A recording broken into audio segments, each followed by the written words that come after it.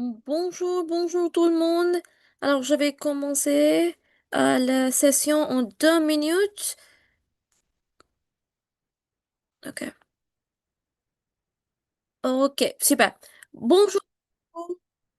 J'espère que vous allez tous bien. Pour commencer, ok, je vous demande s'il vous plaît.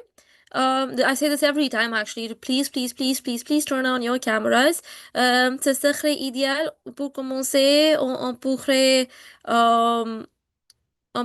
nous regardons. We can see each other. It's going to be better for each other, all of us. So if you guys can please turn on your cameras, I'll begin the session from here on. Excellent. Merci. Good. We do have some people that are still joining in. Um, but that's okay. All right. I know that all of you are aware of the session that we're doing today. Before we get into it, for those people who are attending the session for the first time, bonjour, je m'appelle Ilakshi. Moi, je suis entraîneur de la langue française ici et sorry. And very periodically, I take these sessions with the Learn French with Anks, wherein I walk you through some essentials, some topics, grammatical, non-grammatical, towards your TEF and TCF examination. Alors, le sujet qu'on va discuter aujourd'hui, the topic that we're going to be discussing today, it's based on translation, c'est the traduction. We're going to be talking about translations from French to English and vice versa. Now, we're not getting into too much of details in terms of how these translations happen, but in terms of what is necessary for you to understand with respect to your examination. Okay?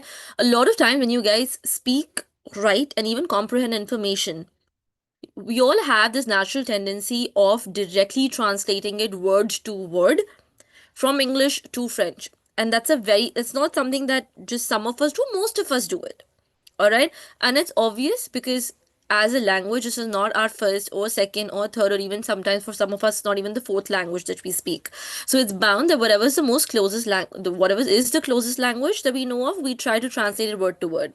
And in our case, mostly universal language, English. Now we're going to try and break through that. We keep saying, do not translate word to word, do not translate word to word.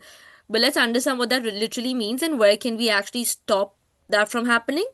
Um, I'm going to share my screen with you guys as usual. Dis-moi si vous pouvez regarder mon écran. Let me know if you can see my screen and I will take it forward from there. Okay. Visible? Oui, ma'am. Okay, super. Okay, now when we're talking about translation, we know that as most of the students who are here present today and otherwise, we always try to think in English, we try to formulate what we want to convey, and then we try to put those into words of what we know in French, and then we try to communicate it. But one major problem that we all face is that we try to translate it word to word, which of course, can be grammatically incorrect, which is obviously one of the reasons, but mostly it doesn't help us sound very natural. So we do sound very unnatural, very robotic. It lacks a sense of fluency and ease in communication, all of which leads to negation in our points in both expression orale and expression écrite. Okay, so when I look at why is it very important for the TEF and TCF examination, not because it's testing us on vocabulary, but because we want to make sure that we're not making these literal translation errors so that we can sound more fluent. We can respond in reaction to what the examiner or the speaker before us is trying to say, in order for us to reduce that kind of hesitation that we come across and to increase our spontaneity. These are a few things that are very important for us when it comes to speaking. Um,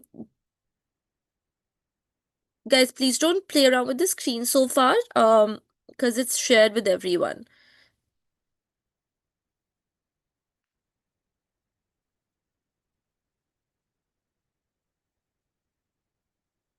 Okay. All right. Now, apart from that, guys, please don't play around with the screen at all in case you have over access to it. Okay. When I talk about expression écrite, a lot of times what's happening is, and we've discussed this before as well, we end up using a lot of faux amis. Now, faux amis, ce sont les mots qui sont similaires en anglais et même en français. Some words which are there in English are very similar to the French words, and so we end up thinking that the translation or the meanings are going to be the same. We use some incorrect structures with our auxiliaries such as avoir and être. Now, why avoir and être? Because they are very commonly used.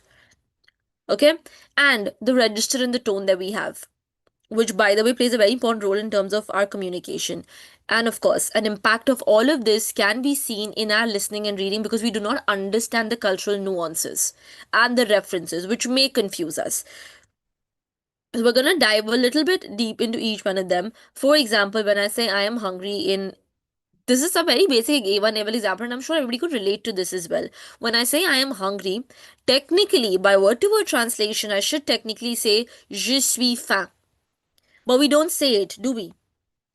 Reason being, we know, we've studied, and we've explored the fact that the expression of being hungry is avoir faim. The logic is that instead of expressing that I am hungry, we express I have hunger. That's the logic behind the expression. Now, you know this because you've studied about it in your A1 and A2 level, but there's so many such expressions that you may not be aware of that come in a later stage. So, what's important for us is to understand it contextually. So, if I say, for example, second, I'm working. In my head, if I start translating word to word, I, je, am, suis, working, travaillant. Je suis travaillant. That's incorrect. Why? Because I know that in present tense, the present tense in itself is used for continuous tense as well. So, je travaille means I am working and I work both ways. Expressions such as avoir la cafard literally means to have the cockroach. Now, you don't have the cockroach, that means you're feeling down. So, one major element that you need to understand about translation is that you will never be able to translate literally. You should never translate literally. Okay, this habit of being translating everything literally word to word is what keeps us a little bit away from our goal of CLB 7.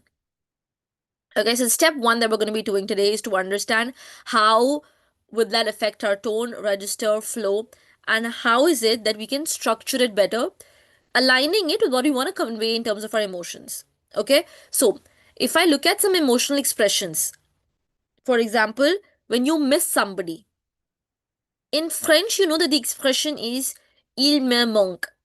Literally, it would mean he misses me. So, he misses me. That is what I would think it literally means. But in French, that's the structure that we use for I miss him. So in French, we're going to center the emotion. So just in case you find that difficult to comprehend what does centering the emotion mean, keep that aside. Just understand that a basic expression such as to miss somebody would be placed as il me manque. And manque being the central expression is what you're putting in the center. Very similar to that is ça me fait plaisir. It's a very basic expression that you use in speaking as well as in writing. So ça me fait plaisir. Literally word to word means that makes me pleasure. But obviously it does not mean that way. It means that makes me happy. So ça, which means that, fait, which is to make or to do, me, plaisir, even though it means pleasure, when we translate ça me fait plaisir, it means that makes me happy. Which is why an expression you use avec plaisir with pleasure is different from ça me fait plaisir. Ok? La troisième expression maintenant. Il me tarde de partir. Literally means it late is of leaving. So it is late for leaving. Technically, that's what it means. But essentially, in the language we're expressing it, it means I can't wait to leave. Something like je suis impatiente. I'm impatient to leave. J'hâte de partir. I am excited to leave. And a very basic expression to that would be il me tarde de partir. Next, je tiens à vous remercier literally means I hold to thank you. But je tiens à vous remercier is an expression which is very useful for your writing, especially for your formal writings, which you can use in both TEF and TCF. That literally means I would sincerely like to thank you. I hold to you, thank you literally means I am sincerely very thankful to you. Fifth very common expression, je me suis permis de vous écrire, means If you look at it word by word, I am permitting myself to write to you. Very similar. I'm taking the liberty to write to you a very good sentence to start your formal writings in TEF and TCF examination. You know how you write Je vous écris aujourd'hui? That's one of the expressions, a very standard opener. Now uplift that to something like Je me suis permis de vous écrire aujourd'hui. I'm permitting or I'm giving the liberty for me to myself to write to you. It's a level up. Okay? Let's move forward. When I look at formality and obligation, that means when I'm trying to write or talk about anything in terms of obligation or formalities, I don't use the same structure in French and English. So when you're thinking about how to bring forward an obligation or a necessity, you have to use these two expressions, or you should use these two expressions, okay?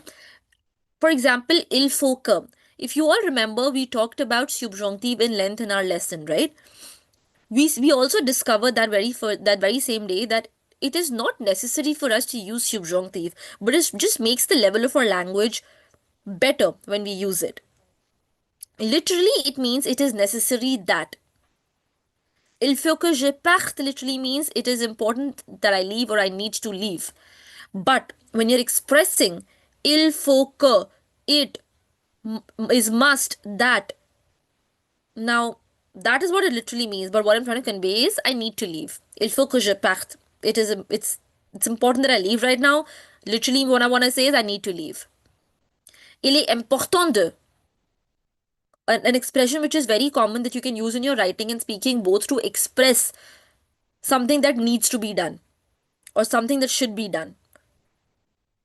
Okay? Again, when I talk about French being polite or subtle, when I say pourriez-vous m'aider, s'il vous plaît, in speaking, it means you could help me. I am asking, which means it turns to could you help me? Pourriez-vous m'aider, s'il vous plaît? Ou vous pourriez m'aider, s'il vous plaît? That's the expression tone. Another expression tone to express politeness, and this is something very commonly used in speaking and writing both, is ce serait possible de.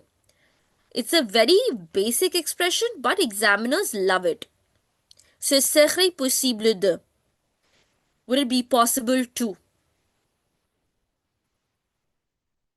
So instead of directly translating in your head of would it be, would in your head you translate as vouloir in its conditional form, vouloir in its conditional form. Now voudrait, then you translate it, then possible, then to. No.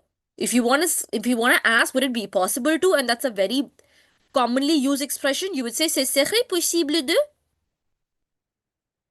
That's the expression that you would use. When I say avoid literal translation, I am 25 years old. Literal translation is je suis 25 ans. Changing it to j'ai 25 ans. Why? Because you know it's an avoir expression. Je suis faim. J'ai faim. I am hungry is very English. J'ai faim, I have hunger is français. I am right. Je suis raison. First of all, I am right. You will never say je suis correct. I'm not saying it is incorrect, it's a blunder, but it's not correct to be used. Say j'ai raison. When you have to say I am thirsty, you do not say je suis soif, you say j'ai soif. These expressions which are fixed with avoir, être, faire, rendre, you should know them on your tips to be able to use them correctly, because these are some which are most commonly mistaken for. Okay? For example, when you pay a visit to somebody, instead of saying je visite, you say je rendre visite, je rends visite. So rendre visite is an expression which is fixed, right? So in order to avoid one of your most literal translation errors is to know that avoir, être, faire and rendre, the expressions that are there with these are very commonly mistaken for. So try to get your hands on them first and try to get clarity on them first. For example, when you want to say I realized Technically, you would want to express it as j'ai réalisé, but that's incorrect.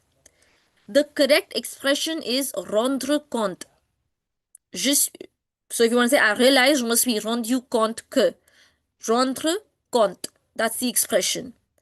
So unless you know that rendre has certain expressions like rendre compte, you will always end up translating them incorrectly. So make it a point, some basic expressions with avoir, être, faire, and rendre are up your sleeves all the time, especially the ones that you prefer to use or you end up using more naturally.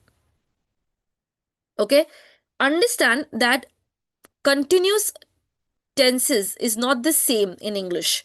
So never say je suis étudiant, je suis étudie. I study or I am studying is the same thing as j'étudie, which is your present tense itself. So French does not literally use your continuous tense the way that you guys think it's being used. Next, reflexives. I know you do this at an A1 or an A2 level, respective to your classes, but I still see students not using it. I'll give you an example. For your TCF speaking task 1, in which the examiner poses questions to you based on your presentation, them asking you about your daily schedule, about your daily routine is very common. So, necessarily using reflexive verbs is important for you. Il faut que tu fasses attention à ce moment. It's very important that you pay attention at that point in time. La utilisation progressive, mais même en continuation des verbes réflexifs ou pronominaux, c'est assez important. It's really very important. It's good for you to use them. So instead of saying je réveille à 7 heures, understand that in French you don't say I wake up at 7 o'clock. You say I wake myself up at 7 o'clock. So revision and understanding of your reflexive verbs is very important. That sometimes we overlook. Reason being, it's a topic that we do in the very beginning, and we feel like that's the only usage of it is when we're trying to describe our day. But note that a revision towards the end, especially before your examinations, is very important because we end up forgetting this, and it's a very important topic. Okay? To take a bath. How do we say that in reflexive, guys? Je me suis lavé. Je me suis lavé. Okay, and that's I bathed, which is perfect. Now, understand, a lot of time people would say, I showered, I bathed, and not use reflexive, which will not make the right sense that you're trying to communicate. So, pay attention to your reflexives always. It's a red flag, you gotta pay attention to it. Okay, next, a continued flag and a continued mistake is with fozami. Words that you feel like, oh, in your readings or in listenings, you feel like, oh, this is what it would mean because it's very similar to English, but these are fozami. So a list which is already there in your coastline about fozami is something that you need to by heart and read and review as many times as possible. Words like actuellement, I still till date see students using it. Actuellement does not mean actually. It means currently. Like actuellement, j'habite à Toronto. Ou actuellement, j'habite à Montréal. Ou actuellement, j'habite aux États-Unis. So actuellement doesn't mean actually. It means currently. Sensible does not mean sensible. That means to be sensitive. C'est une caractéristique. It's a characteristic. Librairie does not mean library. The word for library en français c'est la bibliothèque. Librairie here means a bookstore. A place where you could buy books. Preservative does not mean preservative. It is condom. So the words are different. For example, assister. Assister does not mean to assist somebody. It means to attend. For example, right now that you're attending the class, it is not attendre, it is assister. J'assiste les cours maintenant. Okay? So reviewing and re-reviewing your fozami is very important to make sure that it's not something that you're making a continuous mistake of. These are a few elements that I'm telling you that are needed. These are lookouts basically. Try to make sure that you take time out to look out for these specifically. Okay, now let's look at some idiomatic expressions. Now, why are we looking at them? A, you see them in your readings. B, I recommend that students, especially with your TEF speaking, try to use them at some point in time in your section B task. Even in TCF section B, if you find a spot to use them and something that you're comfortable with that comes naturally to you, try to use them. It's it's the same as you in English trying to use expressions, idiomatic expression that lifts your language level. Okay? So, some expressions which are very common that you may see around very often are le premier, avoir la cafard, which does not mean to have a cockroach, means to feel down. Okay? Second, être au bout du rouleau. If you look at words, être, which is to be, au but, which is the end, or the end, du rouleau, of the roll, of the wheel, literally means to be at the end of a roll, which means to be exhausted. What does it mean? To be exhausted. J'ai travaillé toute la journée, j'ai travaillé pour 12 heures, maintenant comment dire, je suis au bout du rouleau. I'm exhausted. So these are expressions that if they come naturally to you and you practice it just enough amount of times, you can actually end up using it too. And it'll be great if you do, it'll bump up your level. B, if you don't want to use them, that's okay, but you should still know their meanings because you finding them in your readings is very common. So to make sure that you're understanding and comprehending better, try to use them. Next, avoir le moral à zéro. To have your moral at zero, which means to feel very, very low. Avoir la pêche does not mean to have a peach. It means to feel energetic, to have a lot of energy, to have a lot of enthusiasm, and to feel very energetic about something. Tomber amoureux ou tomber amoureuse. As the word suggests, to fall in love. That means not fall loving, but to fall in love with something, with some place, with someone. Être dans la lune, to be in the moon, means to be daydreaming. Avoir la tête ailleurs, to have your head elsewhere, literally means what you see in front of you, which is to be distracted. Je ne peux pas comprendre ce que vous dites maintenant parce que, désolé, mais j'ai la tête ailleurs. I'm just distracted. Okay? Perdre le fil, to lose the thread, means to lose track. It's very useful when you're trying to speak and you're lost, you want to come back to a certain point. It's very good in terms of conversation. And of course, reading wise, it appears in a lot of places for you to see. Donner un coup de main means to give, when you look at words, give a coup de main, a blow of hand, or a hand blow. Doesn't mean anything of any what these words communicate. It means to help, to give a hand basically. Mettre les points sur les. Okay, I don't know if everybody can see it, but mettre les points sur les, to put things on the I. That means to clarify things. Faire connaissance, a very good expression with faire, which means to which means to get to know someone. It doesn't mean to make knowledge, to cultivate knowledge. It means to get to know somebody. Poser un lapin is another expression that can be very easily used actually, even if you want to use it in your speakings and writings, which means to stand someone up. That means if you stand somebody up, you don't show up somewhere, you promise you don't show up, that means to poser un lapin.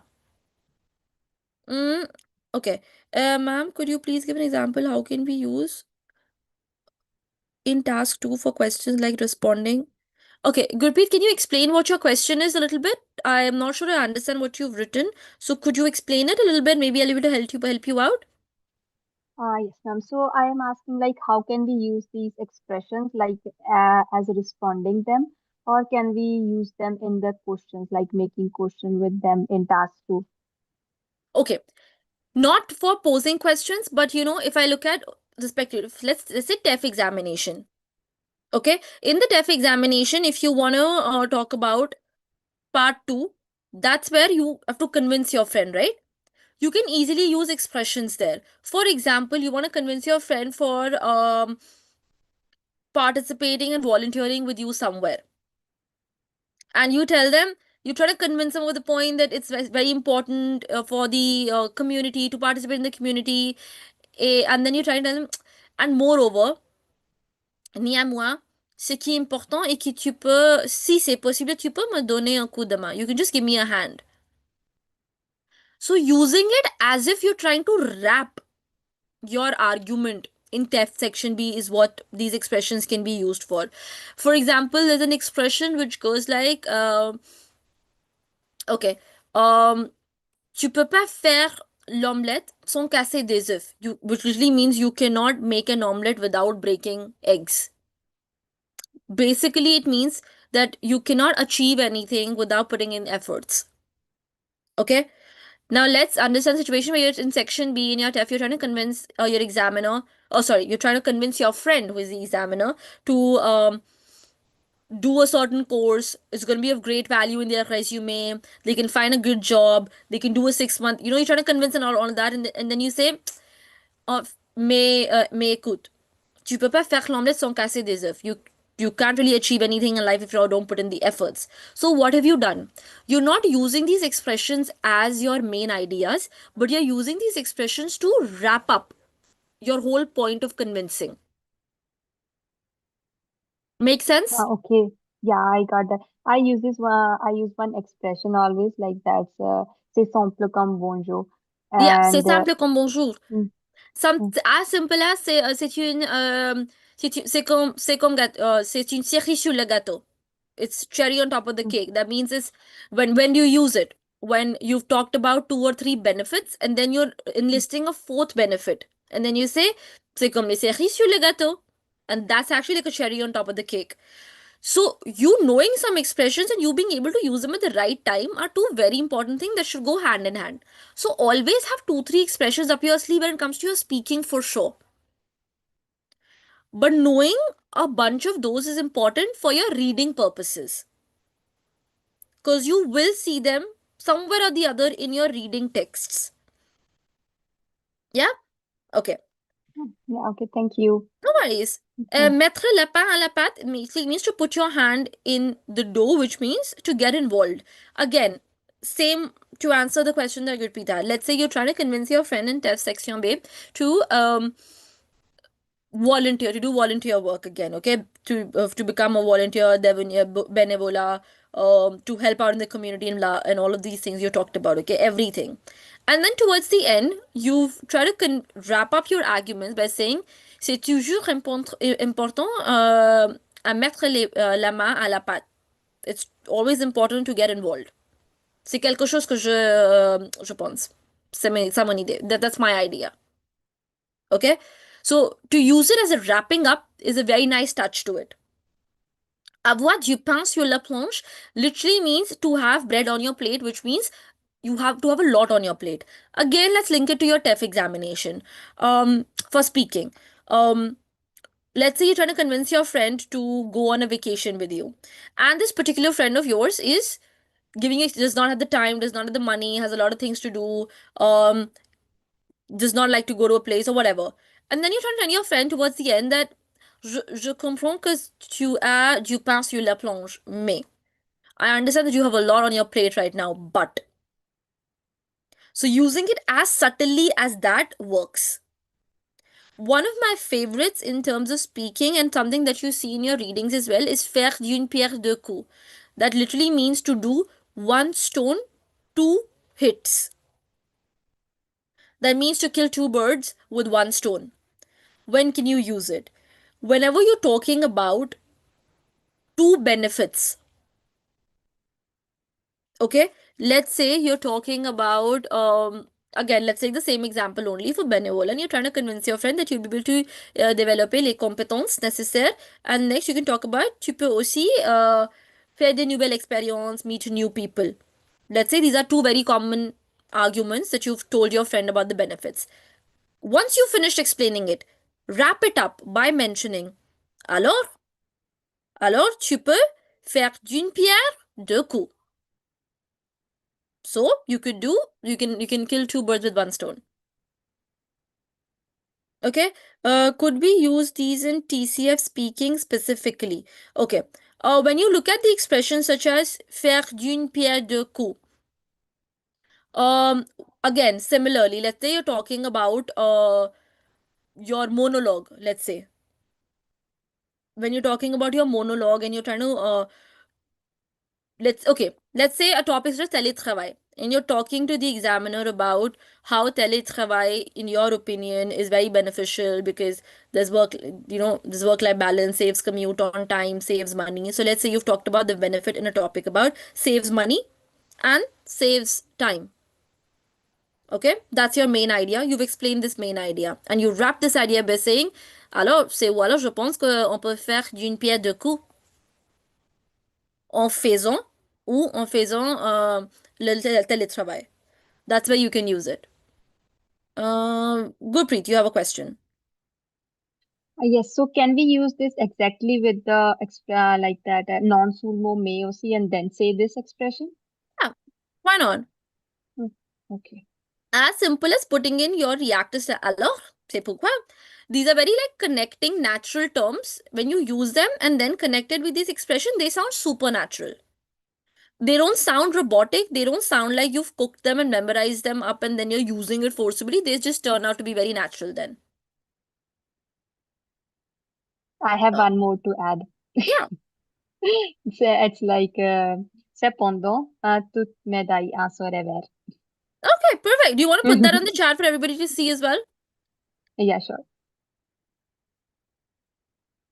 And it's for like giving the negative point in monologues usually. Yeah. You can be used for your monologues. Absolutely can be used for your monologues. Okay. Ça coûte les yeux de la tête. That means it costs a fortune. Expressions that you can use in both your speakings and writings. C'est la goutte d'eau qui fait déboucher la vase. That means the last straw. Again, a little complex, but you don't have to use it in your speaking and writing, but you will see them in your readings. Ce n'est pas le mer à boire, it is not the sea to drink, doesn't literally mean that it is not the sea to drink. It means that it's not that difficult. It's not that big of a job. Again, something that can be used for your speaking task in your TEF examination. Il ne faut pas exagérer. Let's not exaggerate. It doesn't mean it is not must to exaggerate. It literally means let's not exaggerate. Il ne faut pas exagérer. Il ne faut pas mettre la charrue avant les bœufs does not mean that don't put the plow before the oxen. It means don't put the cart before the horse. That means it's an impressive way of just mentioning that. But again, you don't necessarily have to use all of them. You can use it whenever you want to, but know them for the purpose of your readings. Let's do one thing. Very simply, you see a text in front of you. I want you guys to read it. And then I want you to identify the meanings of actuellement, être dans la lune, avoir la cravate, donner un coup de main, et ça m'a fait plaisir, s'il vous plaît.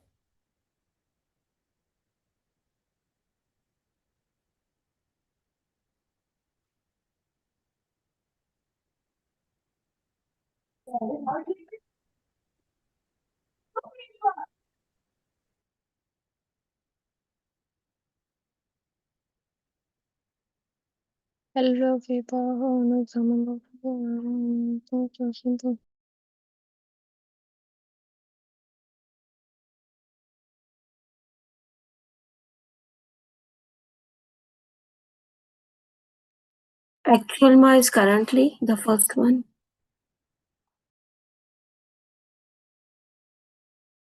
Mute myself, okay. So, you want to read a little bit? Would you like to? Yeah, sure. Marie travaille dans une petite entreprise à Lyon. Actuellement, elle prépare un examen important. Elle est un peu stressée parce qu'elle a beaucoup de travail. Hier, elle était dans la lune pendant une réunion et son collègue lui a demandé si tout allait bien. Après le travail, elle a appelé sa meilleure amie. Meilleur ami. Meilleure amie. Je l'ai pas fait. A-t-elle dit? Son ami lui a répondu, ne t'inquiète pas, je vais te donner un coup de main pour réviser. Coup de main. So, per you don't pronounce. Coup de main. Coup de main pour réviser. Marie était très contente. Elle a dit, ça me fait plaisir. D'accord. Donc, actuellement, c'est quoi exactement ici? Currently. Ok, super. Être dans le lion? Is daydreaming Yeah, then yesterday she was daydreaming during her meeting. meeting. Ok. Et avoir la cafard ici. J'ai There's la too much cafard. crowd. She is very tired. She's very tired. She's exhausted. She's low. Mhm. Je vais te donner un coup de main. She'll help her or give her share the work with her. Correct. So she'll help her out. She'll give her a hand. Yeah. Ça me fait plaisir. That makes me thankful or I'm happy about it. Perfect. Perfect. Superb.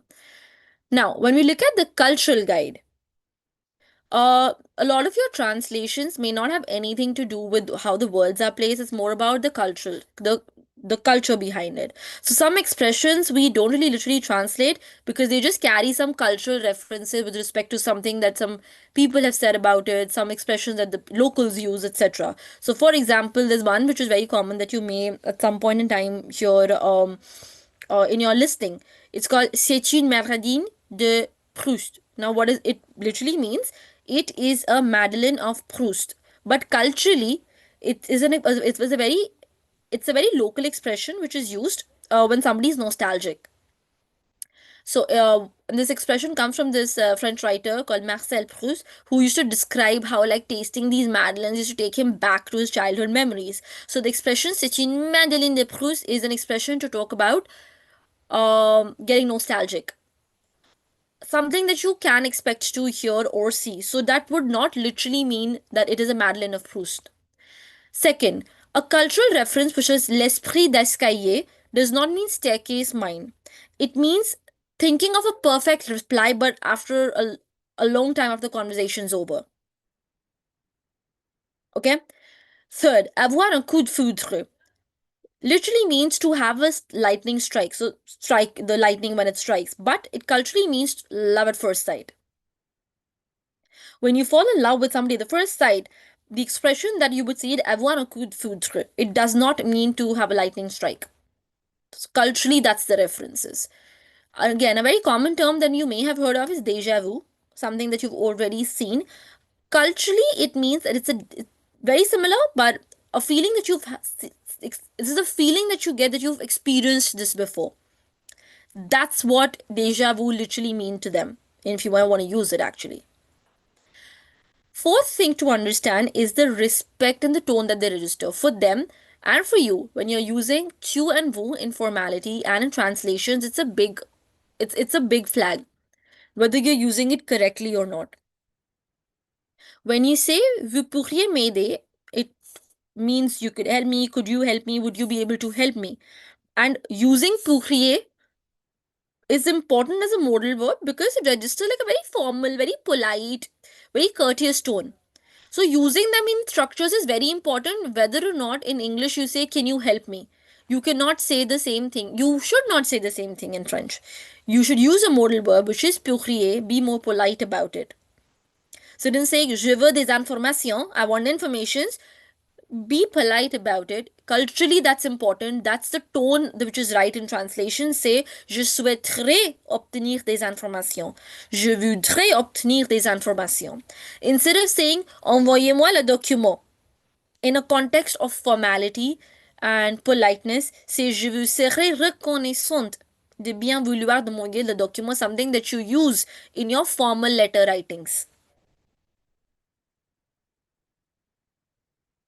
I am not saying don't use technology, what you're using right now for your translations or for understanding the contexts, but make sure that when you're using AI, you yourself are being a little culturally aware of what it means.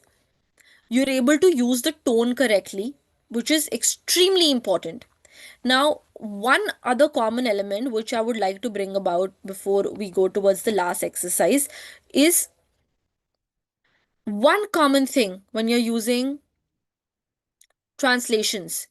In English, if I say I want cake, I really want to have cake, you don't end up using articles everywhere. Just understand one common error, and I don't think that it was necessary to put it in the document, but I still want to lay it out. Every time that you have a thought in your head to translate something, every time you use a noun, put an article, whether or not it's there in translation. Whether or not it makes sense in English, because you'll not have it everywhere. You're using a noun, you better use an article. And that's one of the most common errors that I see around. Try that you never wage between tu and wu. That's very like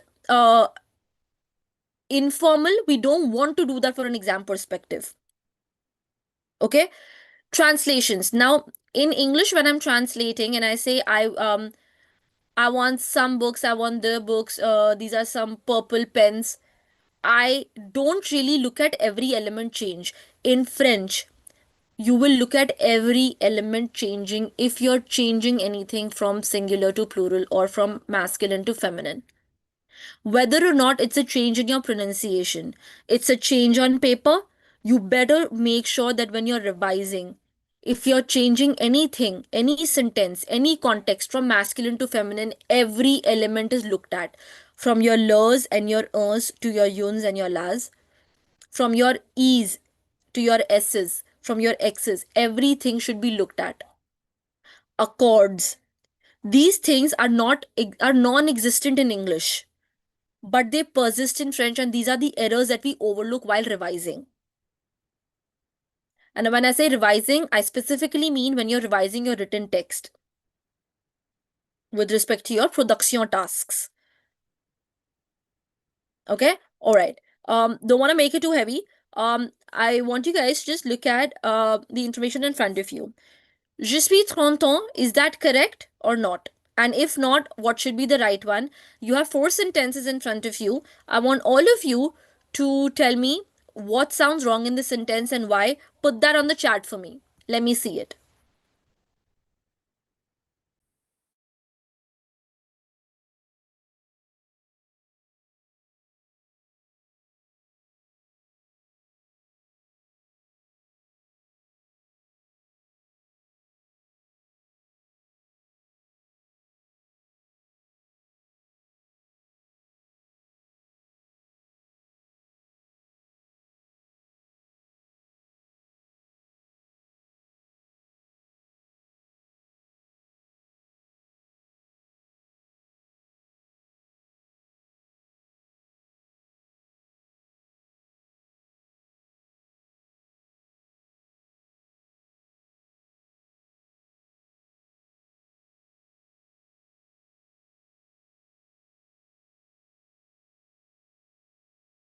When you guys have the responses, you can start putting it on the chat too. And if anybody wants to volunteer to read them, I'm more than happy to incorporate that.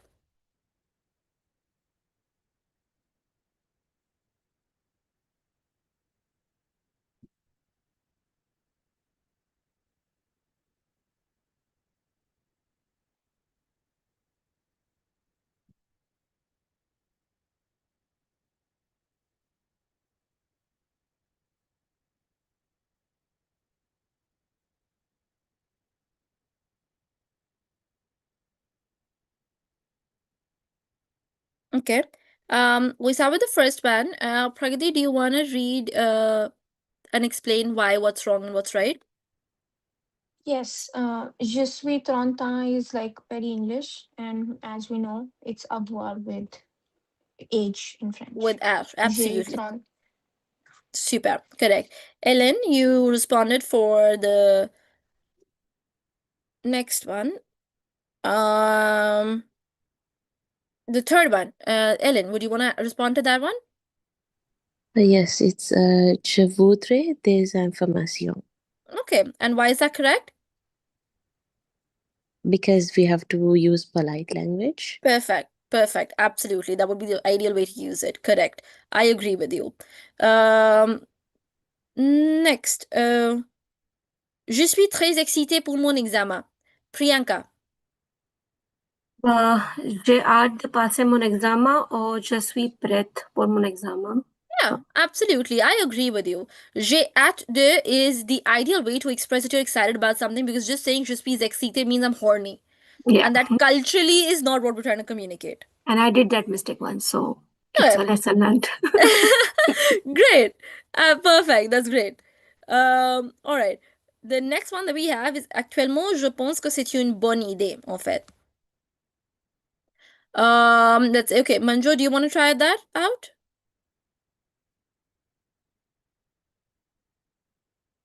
Manjot, vous êtes là-bas? Are you there? Yes, ma'am. Sorry, Okay. my mic was mute. No, it's okay.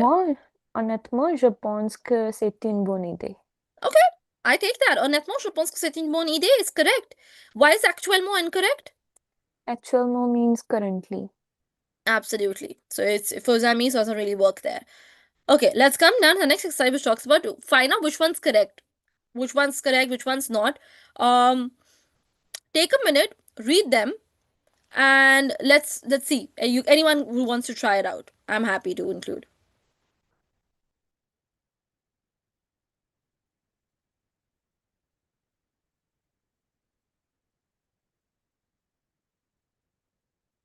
This particular section, guys.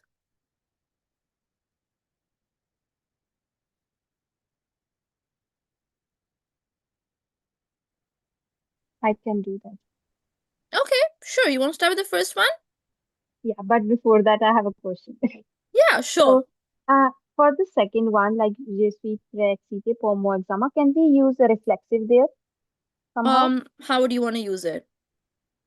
Like I want, like I am happy for like my exam, so je me suis like that.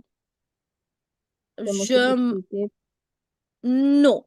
Être excité as an expression means to be aroused. Okay. So whichever way you put it, it's not going to be able to communicate the fact that you're really excited about something. When you want to say that, your possibilities are j'ai hâte. That's number one. So j'ai hâte de. You can say je suis impatiente de. That's also possible, which means I'm impatient. You can also say je me réjouis.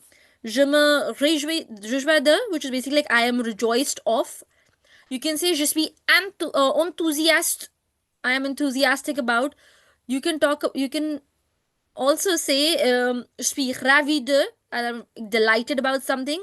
Je suis motivé de faire quelque chose. Super motivé de faire quelque chose works. But using excité as a term to express that you're excited and very thrilled about something won't work.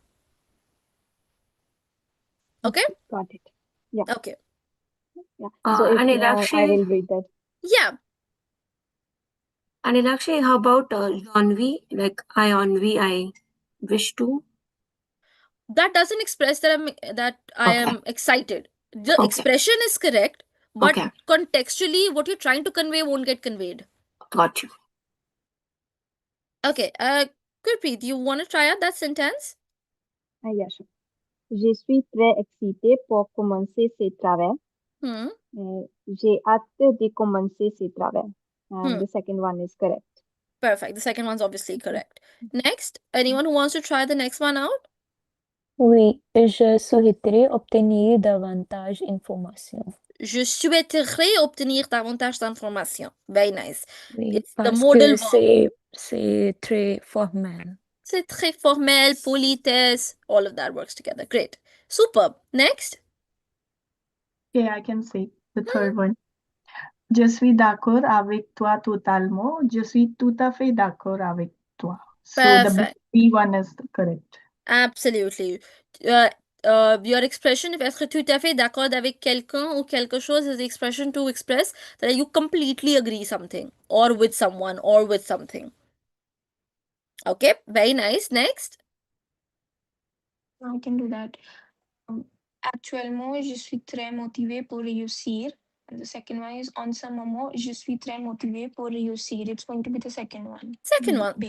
Yeah, absolutely. En ce moment, je suis très motivée pour réussir. Absolutely. I agree. I think that's perfect. Okay. Now, while the session here was like, it was pretty straightforward, I want to ask, have you guys faced anything that you guys want to ask me about translation wise? Anything that bothers you and you want to know before I move towards wrapping things up? Milakshi, I have one question. So when I say je suis vendeuse, but I don't use article, right? Like it's a mandatory thing that if I'm referring to my profession, I will skip the article. Is that correct? Yes, it's mandatory. Okay, got it. It is a major pitfall. You do Mhm. not use articles before your professions. Never. Got it. Even if I'm a debutant, I'm actually any case. Yeah, Like, okay, for your professions, you'll not use articles. got it. Thank you. That's a given. What else? Uh, Any other questions that we have? yes, Ilakshi, I have a question. Actually, in when I was like doing task 3, TCF, that time, mm, uh, the ideas are coming in English, right? So that is the main problem. How do I get? I mean, I know the structure, I know the words, I know the connectors, but still the ideas are coming in English, and anyway that translation is happening that time. So I just need to how do I just get rid of that? I understand that translation is not required, especially when we were in, I mean, and it's just a process of adaptation. Mm-hmm. It'll take some time, because it happens with other languages as well, right? We get to know and we spend so lots of time, but since the exam is like so nearby and we need to adapt quickly, so what we can do Okay. specifically for task 3, Okay. because time is very limited and we need to speak and you need to Okay. give For your ideas in a. task 3 speaking, what I would suggest in your case, and this is Mm, in general also, I suggest so that there's less confusion and on the spot thinking, um, come up with a fixed skeleton. Now, when I say a fixed skeleton, that would mean come up with a fixed introduction of how you want to start off with your opener. mm, Okay, which starts talk about XYZ as a topic is very pertinent de nos jours, and le sujet qu'on va parler aujourd'hui est on tourne, whatever is centered around talking about your plan, that this is what I'm going to be talking about. Alors, on commence. Now this becomes your opener and beginner, and this something is a skeleton. Memorize it and keep it pre-hand. Next, mm, when it comes to talking about and beginning your content, for every paragraph that you know in your head that you have to start, always have a fixed opener for every paragraph. For example, I know the first paragraph that I will start talking about, I will always start it with il est important de, followed by an infinitive. I will not change this. This will help me open properly. And okay. when you do that, so let's say you're talking about your topic that you're supposed to be talking about is protéger l'environnement, for example. And you have multiple ideas in mind of how to protect the environment. One of them you place with il est important de and put it. Whichever you have like 10 ideas in mind, you don't know how to place them. Whichever one you feel fits with il est important de, put it there. So let's say il est important de faire les tri déchets. It's important to faire. It's Mhm. important to do waste segregation. Il est important de faire le recyclage. Khatam. End it there. And you finish that off because it fits with il est important de. So you've had your opener, and then your next line will be explaining it or Okay. giving an example. That's it. Mm. For example, the Yeah. yeah. Okay. Next, what you can do is second paragraph, you have a different opener. Let's say you want to say alors maintenant concernant followed by a noun. That means Mhm. that's your second point. Let's say concernant le mode de transport. Now, to protect the environment, one thing you have in mind is about transportation that you want to talk about. So always then fix it that the next paragraph you're going to start is going to be with concernant. So concernant le mode de transport. So concernant followed by a noun. Mhm. Okay. Okay. This way, if you have fixed opening one liners to which you just have to add your idea, it'll help you Mm. build your opener at least easily, which makes Okay. your job of developing your next sentence a little easily. On sentence or on passages where you want to communicate an advantage. Let's say you begin always that passage with l'avantage principal est que, or un des points positifs et followed by the. So this what will happen. These are sentence beginners that you're Like, memorizing. yeah, that's what I'm just doing that only in, like I was like certain Ponska, je Ponska. I mean, these are the points I'm just, trying to, with this heading, I'm trying to incorporating all But the yeah, ideas. but know what has to come after. Is it a noun that has to come after? Is it an Okay. infinitive that has to come after? That after. Because even if you memorize, for example, Mm, cela permet de, for example, mm, if you don't know, if you need that, you need to put an infinitive after this or a noun after this, what has to come after this, you'll still mm, be on the same struggle. exactly. So if you want to use something like cela permet de, know that Mm, after this an infinitive only has to come. okay. If you want to use something, for example, like cela risque de, you know that an infinitive only has to come. But something like je suis convaincu que, after this a whole phrase has to come, that I am convinced that, the whole sentence. So Okay. while you're learning and memorizing a few sentence beginners to make your lives Mm, easier, also know what has to come after. Is it a phrase? Is it a noun? Is an infinitive? What has to come okay. after it? Okay. Okay, So that would be make my process little bit easier, one step right? easier, yes. Okay, all right. Thank you, Lakshi. No, Thank no you. worries at all. No, not at all. Not at all. We have more questions. Anybody? Okay, perfect. Um, in that case, I'm gonna end the session here for today. Yeah, Gurpreet, you have something to ask?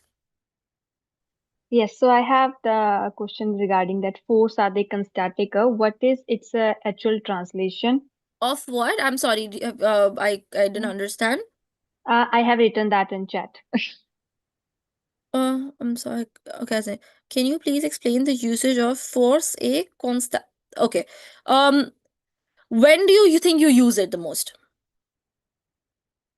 I use it in writing and sometime in monologue, like to just implement a subjunctive. And always I forget that, like, what's its meaning. Then I forget So to use that. technically, it means you're trying to tell the reader that it must be acknowledged that, or you need to admit that, or I hope that this. So basically, you're trying to express that this observation must be acknowledged. It's undeniable. Okay, so something like force. Ce force est de constater que la situation est complexe ou les résultats sont meilleurs cette année. So the tone for this is always very formal and very professional. Okay, it's not used in casual conversation. For a casual conversation, if you're doing, it'll more be like, il faut admettre que, ou c'est clair que, ou on voit bien que. That's a more subtle and a more informal usage to it. Okay, so as you said, like we should know, like it should be followed by like a full phrase or Mm-hmm. like a noun. So what should it follow by, like a phrase? Something like uh, il faut que, you're saying, or I didn't understand the question again. Sorry. So like it will be followed by like I'm sure like it will be followed by a subjunctive there. Like there should be a subjunctive after Yeah. that. So But it would be a phrase like you said, like a yeah, complex sentence. Okay. correct. So it will be, for example, force est de constater que le marché évolue plus rapidement que prévu, or something like force est de constater que cette approche présente certaines limites or limitations. So a full phrase has to come after that. So que followed by a noun like les objectifs, or something like la stratégie, or cette approche. So mostly with followed by your les and las and sets to talk about a noun is what you need. Okay. Yeah, I got that. Yeah. Okay. Thank Cool. you. No worries. Perfect. All right, guys. This is what we want to talk about today with respect to translation. If you guys come up with questions in general that you faced, you're coming up with, all you got to do is, whenever you do, on the same YouTube video that has gone up, just put it in the comments. I generally end up reviewing it. So once I do, I'll put an explanation there itself, so that I know it's with respect to the topic, and this is what was discussed in this session. So let me link it to what I talked about. So I'll put the response there itself. So feel free to do that. I'm really happy to put in a descriptive comment there to help you guys out from there on. You don't necessarily have to have all questions right now. Okay? Cool, perfect. It was great about having you guys. You guys are very participative today. So thank you so much. I'll see you guys hopefully next month, and we'll come up with something related to the TEF TCF examination itself. If you have any recommendations specifically, feel free to pass them on. And you will find the document in your portal itself after the session. Yeah? Perfect. Okay. Au revoir. Au revoir. Bye-bye, guys. Thank you.